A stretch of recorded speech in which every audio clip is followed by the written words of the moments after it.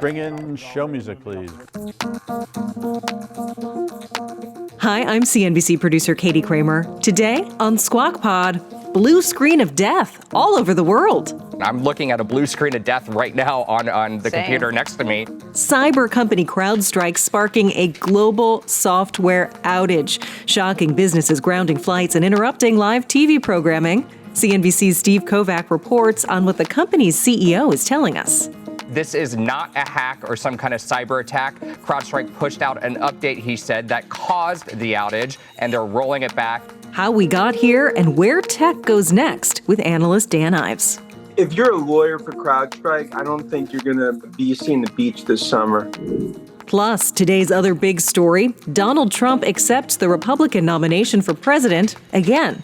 I'm here tonight to lay out a vision for the whole nation. Digesting his 93-minute speech at the RNC with pollster Frank Luntz. The last week has been very good for his campaign, even if it's been bad for his health. And the last month, Trump has found his sea legs and Joe Biden has come apart. So what now for the Biden campaign? Our Eamon Javers reports. There's no real great solution, though, on the Democratic side. Yeah, I was going to say, when you say Democratic leadership, I mean, who is that at this point? It's July 19th, 2024. Well, at least it's a Friday in the summer. Squawk Pod begins right now. Stand Andrew by. 3, 2, cue. Good morning and welcome to what could be a very unusual edition of Squawk Box this morning. Millions of people around the globe are waking up to a massive computer outage. Even us right here on Squawk, affecting Microsoft systems and cybersecurity firm CrowdStrike. Some flights have been grounded as a result of all of this. Hospitals and 911 call centers have been affected, and some live TV broadcasts were knocked offline. We are live from the NASDAQ market site in Times Square. I'm Becky Quick along with Andrew Ross Sorkin. Joe is out today, but boy, this is having impacts around the world, and it's all sorts of major industries where you're seeing problems with this. We'll go into detail in just a moment on this, but it's something that started overnight in Australia and kind of rolled around the globe. We have seen some impacts from a lot of different places in the markets. Right now, you do see some red arrows. What's happening in both the Dow down by about 85 points, NASDAQ off by 38. Andrew, why don't you take over with this now, because this is the big issue right here. We can't really talk about the markets or anything else without talking about this first. Let's talk about what is going on here this morning. For those of you who may not have access to your computers or potentially email or other things, Microsoft and cybersecurity firm CrowdStrike suffering major outages overnight. It's leaving businesses, including financial firms, airlines, emergency services, unable to access their computer systems. Microsoft said that its issue began just before 10 p.m. Eastern Time. That's last night. Now, the company determined the cause and restored service, but many users still reporting issues. We've got some ourselves. NBC has confirmed that a CrowdStrike update is also causing widespread computer disruptions.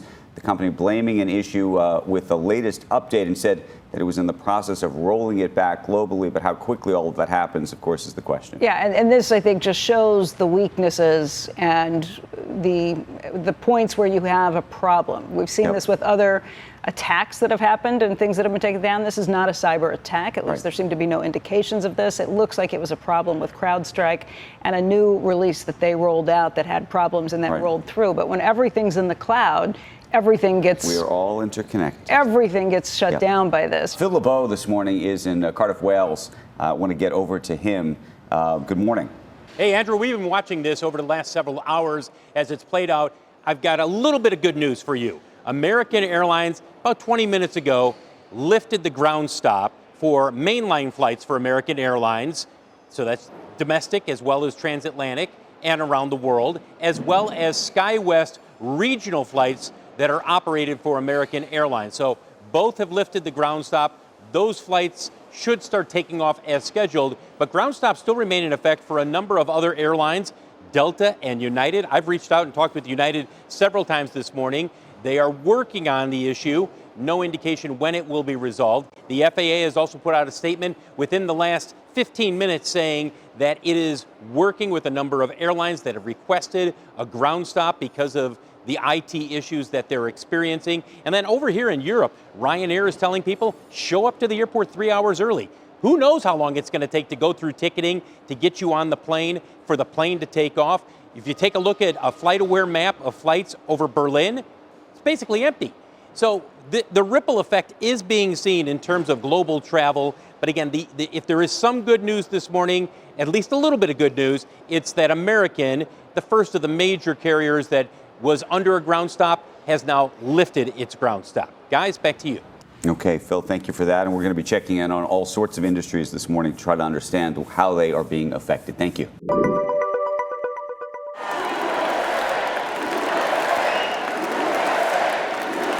Former President Trump speaking last night at the Republican convention, outlining his vision for a second term as president. Eamon Javers joins us right now from Milwaukee. Hi, Eamon. Yeah, good morning, Becky. Just 5 days after an assassin's bullet came an inch from taking his life, Donald Trump accepted his party's nomination for president of the United States for the third time, delivering the longest speech in convention history at 93 minutes last night. The former president said he wants to be president of the United States for the entire country. Here's what he said. I'm here tonight to lay out a vision for the whole nation. To every citizen, whether you're a young or old man or woman, Democrat, Republican or independent, black or white, Asian or Hispanic, I extend to you a hand of loyalty and of friendship. Together we will lead America to new heights of greatness like the world has never seen before. On the economy, the former president had two major themes. One was on inflation. The other one was on immigration. The former president said, of course, that he will solve both of those problems. On inflation, he suggested that the key way to approach that is by increasing energy output in the United States. Here's what he said. Republicans have a plan to bring down prices and bring them down very, very rapidly. By slashing energy costs, we will in turn reduce the cost of transportation, manufacturing, and all household goods. Now that sets up a presidential campaign going into November between Donald Trump, who's now accepted his party's nomination, and Joe Biden, who has not yet accepted his party's nomination. Their convention not scheduled on the Democratic side until August. Real questions now about who Donald Trump will be campaigning against, given the struggles of the Biden campaign that we've seen. And there will be some questions coming out of this week in terms of uniting the Republican Party. Did they do what they needed to do to capitalize on the moment, to extend their polling lead, and to really move into a dominant position in this campaign, guys? I think you saw the Republican National Convention attendees here really energized, really excited all the way throughout the week. They'll try to take that energy into the fall. Back over to you. Yeah, Eamon, I think those are the big questions, really what's happening with the Biden campaign and who will former President Trump actually be running against at this point. Questions that continue to rise. It looked like it was silenced for a couple of days, but that really kind of reached a crescendo yesterday. Yeah, you see these tiered leaks on the Democratic side, right? First, they leaked that the congressional leaders had a meeting with President Biden, but they didn't say what the content was. Then you saw that the congressional leaders had a meeting and also some insight into what the content was. Last night, we saw Congressman Jamie Raskin's entire 4-page letter to President Biden urging him to do the right thing.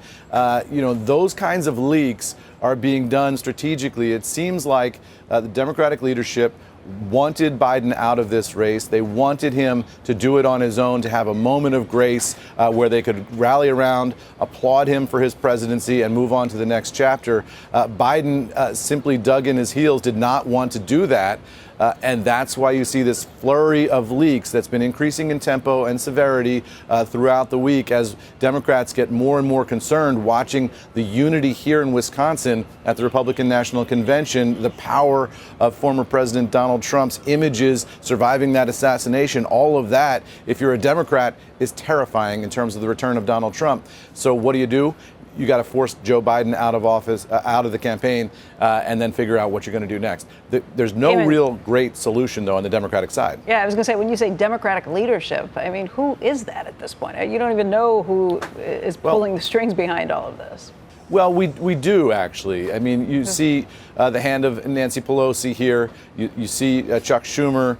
the Democratic leader in the Senate. You also see Hakeem Jeffries, the Democratic leader in the House of Representatives. There's some questions about what kind of a role Barack Obama has been playing behind the scenes. That George Clooney op-ed last week, certainly devastating to Joe Biden. There's a sense among Democrats that Obama could have stopped that Clooney op-ed if he'd wanted to and didn't. So a lot of these leaders in the Democratic Party have been sending very, very, very strong signals and an increasing tempo to Joe Biden that it's time to go. But they wanted to do it with grace, and there's a question about whether they'll get that or not. Eamon, do we have any reporting or sense of what the vice president thinks of all of this? I mean, it's one of the missing pieces of the reporting, if you will, which is, does she want to run for president? Does she not want to run for president?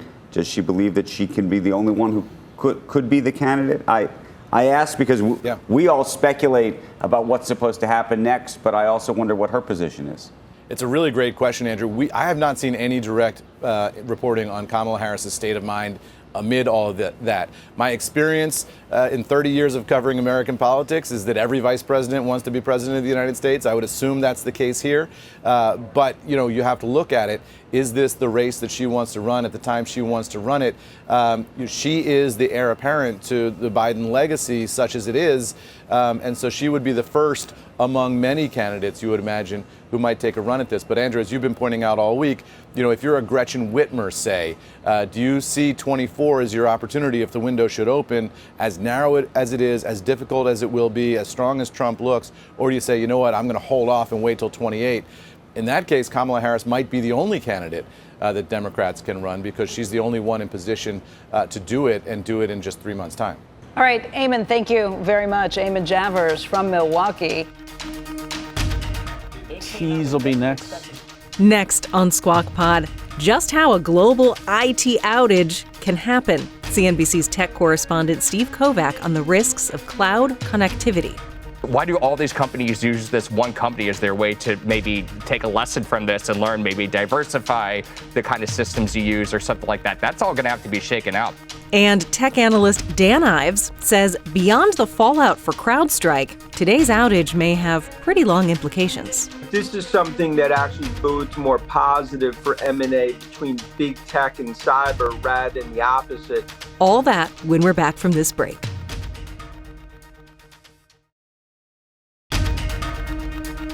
You're listening to Squawk Pod from CNBC, today with Becky Quick and Andrew Ross Sorkin. Here's Andrew.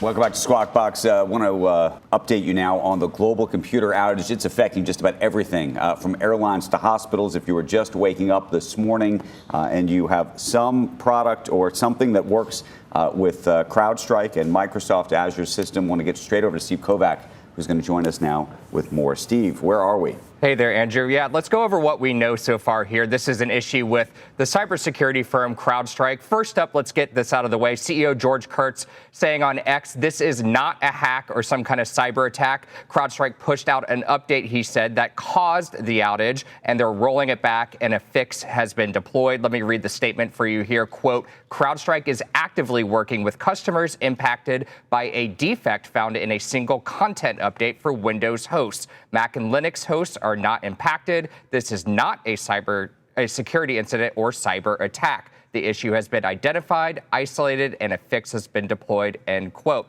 Now, it's unclear when things are going to recover, but it caused Windows PCs managed by CrowdStrike security products to reboot and show that so-called blue screen of death. It's been taking down operations that we've been saying all morning at a slew of companies, from TV networks like ours to airlines like Delta and United to major banks. Microsoft also acknowledged the outage as well on its technical support website, putting the blame on CrowdStrike and saying it forced Windows devices to get stuck in a rebooting loop. And now we're waiting for more updates from both CrowdStrike and Microsoft about when everything will be back online. But importantly, after that, we got to find out what went wrong here, Andrew. In terms of payments, I don't know how this works, but for those businesses that are affected, do companies like CrowdStrike or Microsoft pay out Are there insurance programs for this type of thing in this particular moment? Yeah, I'm not sure about insurance programs, but the contracts you typically do have things that, talk about when an outage is happening and then it's CrowdStrike's fault and so forth. I could guarantee you, though, that's all going to be worked out since this is impacting so many companies. I mean, just the fact that so many airlines went down by this, you can just imagine how much sales are being lost and so forth by this. That's all going to get shaken out later. But yeah, those are typically written in those contracts, Andrew. And then in terms of timing, getting back online today, do you have any sense of just what that path looks like? Not at all. All we have to go on right now, we haven't heard specifically from Microsoft, for example, just that technical support page. No update on when the timing is. All we know so far is that CrowdStrike's saying that they've pushed out the update and they found the fix and it's rolling out now. That's all we know so far. As of timing, when things are going to come back online, that's still to be determined. We'll have more updates for you as we get them, Andrew. And then, Steve, here's just the larger question. It's really the issue I think that Becky raised at the top of the program, which is we are now so interconnected. One of the things that the cloud does is create this interconnection. Is there a different way to do it? That is the question I was asking myself too, and I was thinking today, like, why do all these companies use this one company as their way to maybe take a lesson from this and learn, maybe diversify the kind of systems you use or something like that? That's all going to have to be shaken out. But I'm also reminded, I know this incident is likely not a hack, but I'm reminded of what we learned about from AT&T. Just a couple days ago about that massive hack that they had and that exposure, and that seemed to be related to snowflakes. So many of these companies are containing so much data, and just one little break into a system or one little accident can just take down a cascading effect throughout the entire internet, as we're seeing this morning. So that's definitely true. And what the fix for that is, who knows? But perhaps it is not putting all your eggs in one cybersecurity basket. I was just trying to figure out how you could have redundancy like that. I mean, I can't get into my computer on this. Redundancy is not going to probably be something where I've got two different cloud service computers that are running just for this. It seems like it's a pretty complex issue, unless I'm missing something. Yeah, exactly. And this is something that so many businesses are reliant on, mostly Microsoft, for these things. So again, when Microsoft has a problem or one of their partners or vendors has a problem, it just cascades and impacts everyone. I'm looking at a blue screen of death right now on the computer next to me. And we're having our own issues right now just getting some graphics and so forth on air. I mean, this is serious. This shows you how interconnected we are and how one little issue can just totally take things down. Although I think what's even more concerning, the reason we've talked so much about the airlines is because that's a very visible it's a situation where people are showing up at airports, in some cases being told to show up 3 hours before their flights, long lines out for all over the place. Now, I know some of these issues are coming back up and running, but to be faced with these issues in the morning, starting at like 5 a.m. when things really get busy here on the East Coast at some of those airports, to think of the lines, to think of how that shuts things down. That's just the visual ramifications, the visual picture of what's happening in all types of industries. You can just see it physically when you're looking at lines of people in the airports. As you mentioned, we don't see the people who get turned away from business, who don't get to do things, but the massive lost productivity as a result of that. Is something to really contemplate. Yeah, and exactly. And when so many, people are trying to log into their corporate PCs today and they see that blue screen of death, like we are here at NBC, I mean, that's an issue. That's, like you said, that's a loss of productivity here. And again, when one company or two companies or a small number of companies have such a dominant position and market share, this is what happens. It takes it all down. Right. Well, at least it's a Friday in the summer. Take the day off. Exactly, yeah. Most people are off anyway today, right? Yeah. Well, Lena Khan may be using this as an example around consolidation. Steve Kovach, we appreciate your perspective on all of this.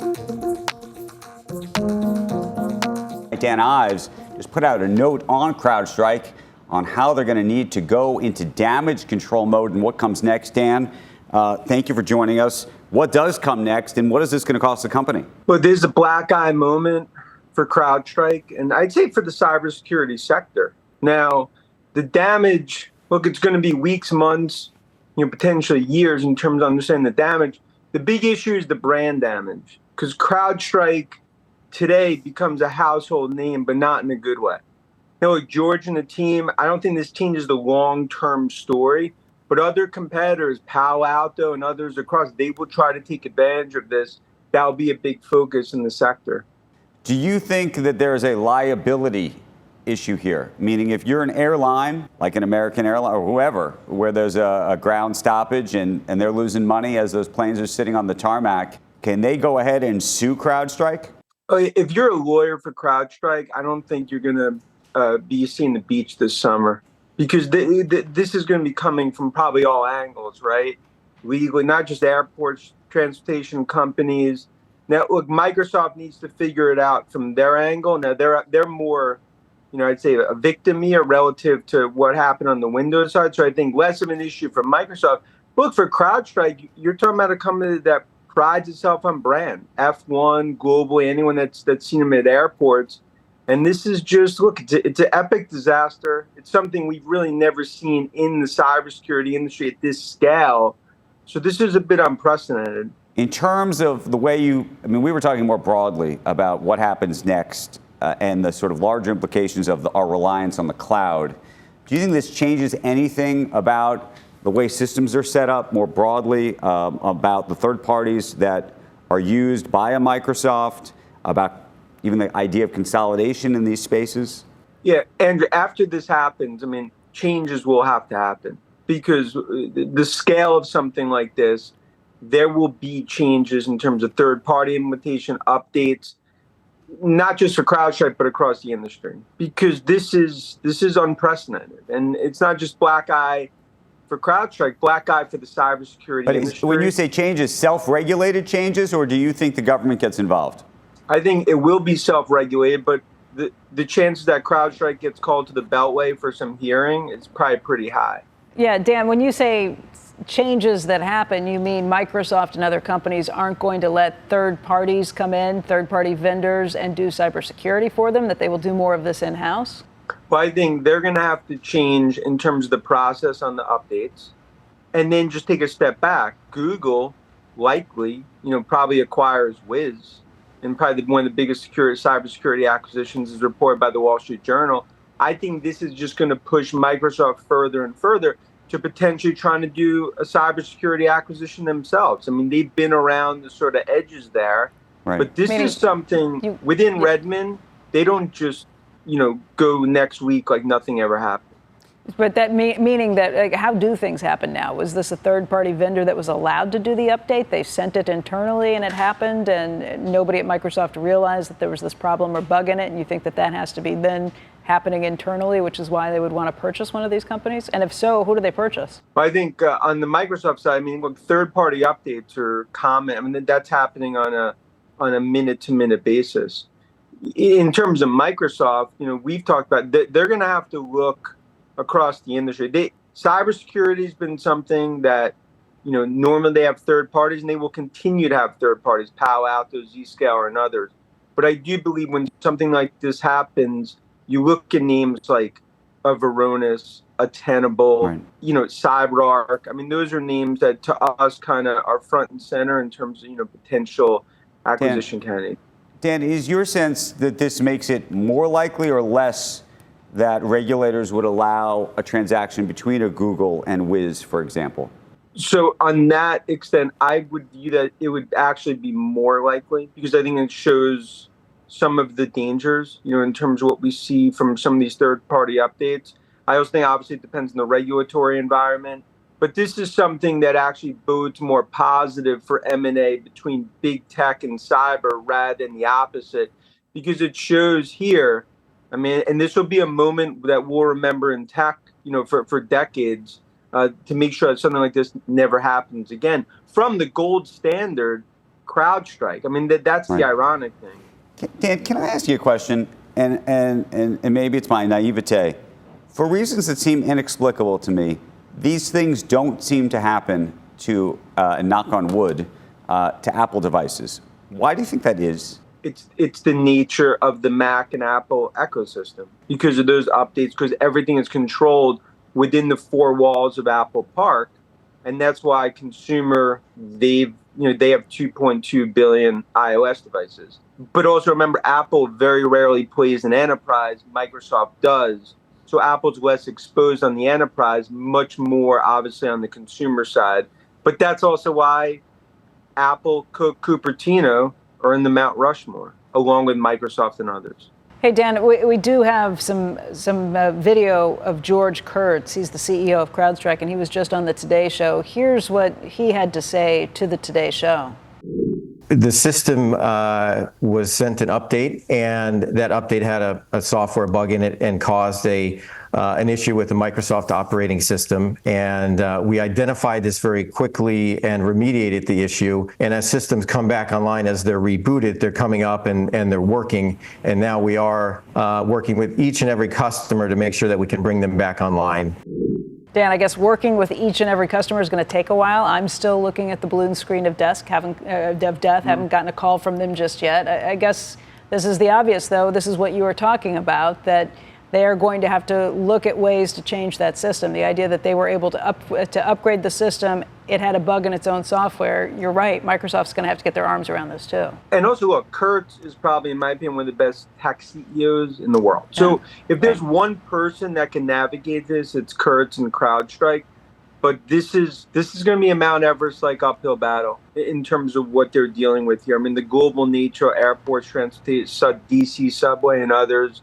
There's a long road ahead here. We remain bullish on the sector, but now we need to see how this all plays out for CrowdStrike over the coming weeks, months. Yeah, Kurtz actually was at McAfee before, too. You're right. He is somebody who has a very long resume and a long history of working in this industry and has a lot of respect. Yeah, if you want one person to unfortunately be in this situation, it's Kurtz. Dan, we want to thank you for joining us, especially late notice. And I know you've been writing your notes as quickly as you can this morning. I'm sure we'll be talking to you a lot more in the coming days as we try to make sense of where this all heads. Thank you. Coming up on Squawk Pod, we're dissecting Donald Trump's acceptance speech at the Republican convention in Milwaukee with pollster Frank Luntz. I have not seen a speech in a long time where half of the people I spoke to thought it was Trump at his best, and half of them thought that it was disorganized, meandering, and basically Trump out of control. The delivery, the reception, and the increasing pressure on the Biden campaign right after this.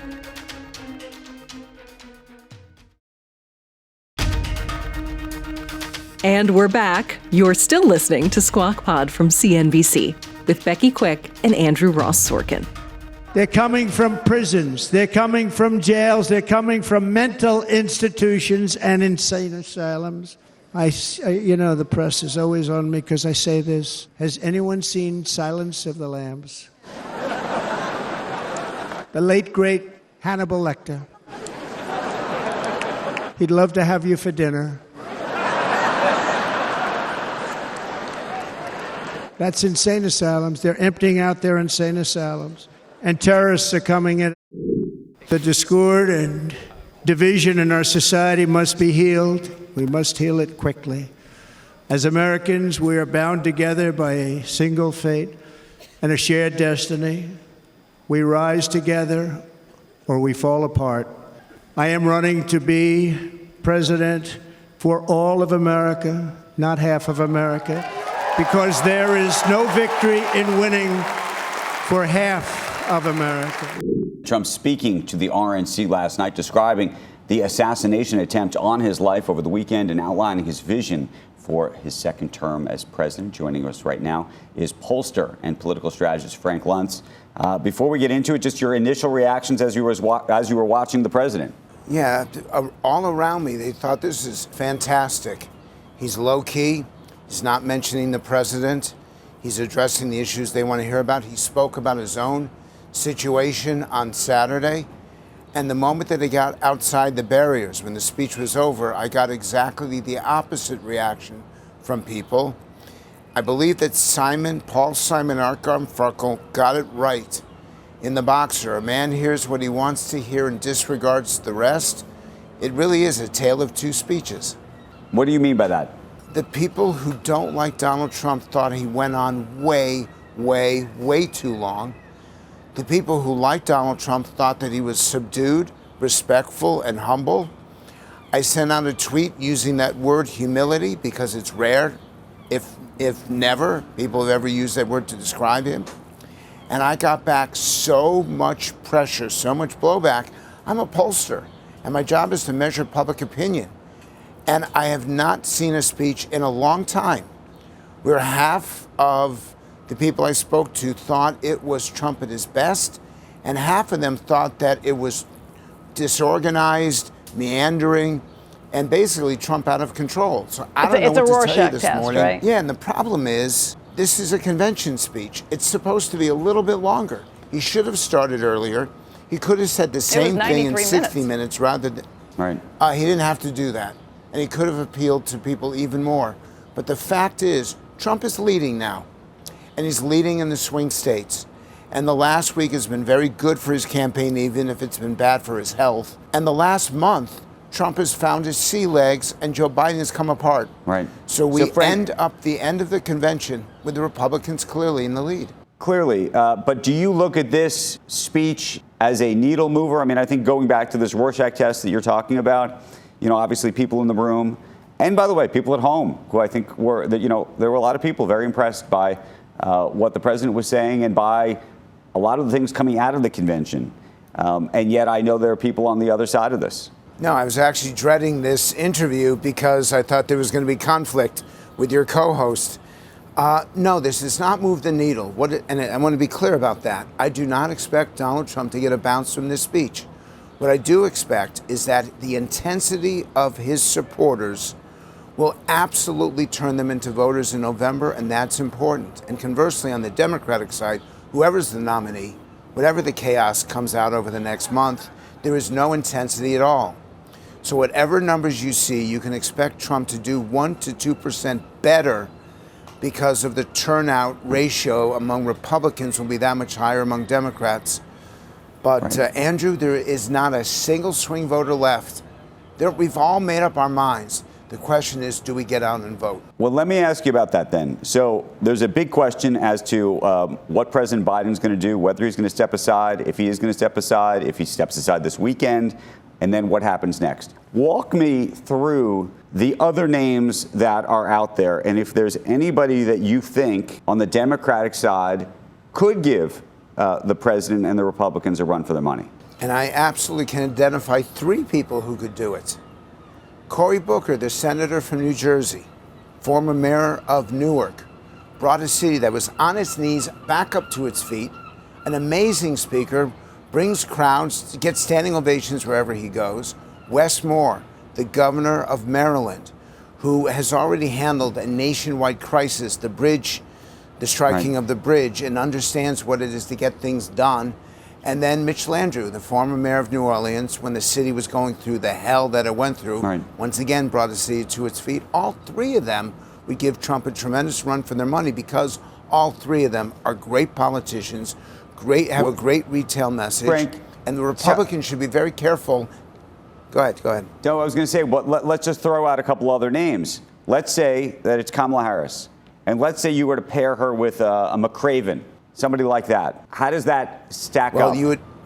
It's going to cause her numbers are better today than they were 6 months ago. And right now, Joe would be yelling at me.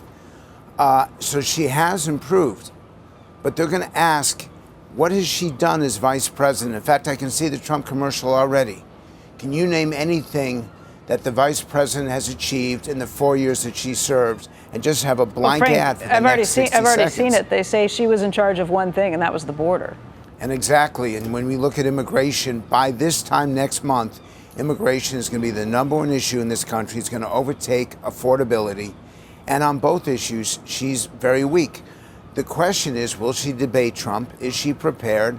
And it throws everything up in the air. I don't like to speculate. All I can say is you take away the nomination from her and you cause the Democrats to fall into utter chaos.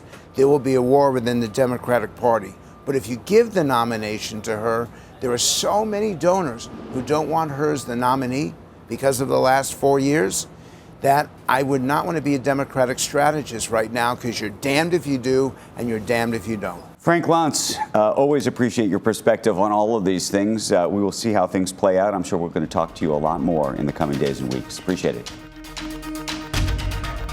That's the pod for today and for the week. Another big news week behind us, and probably another one ahead.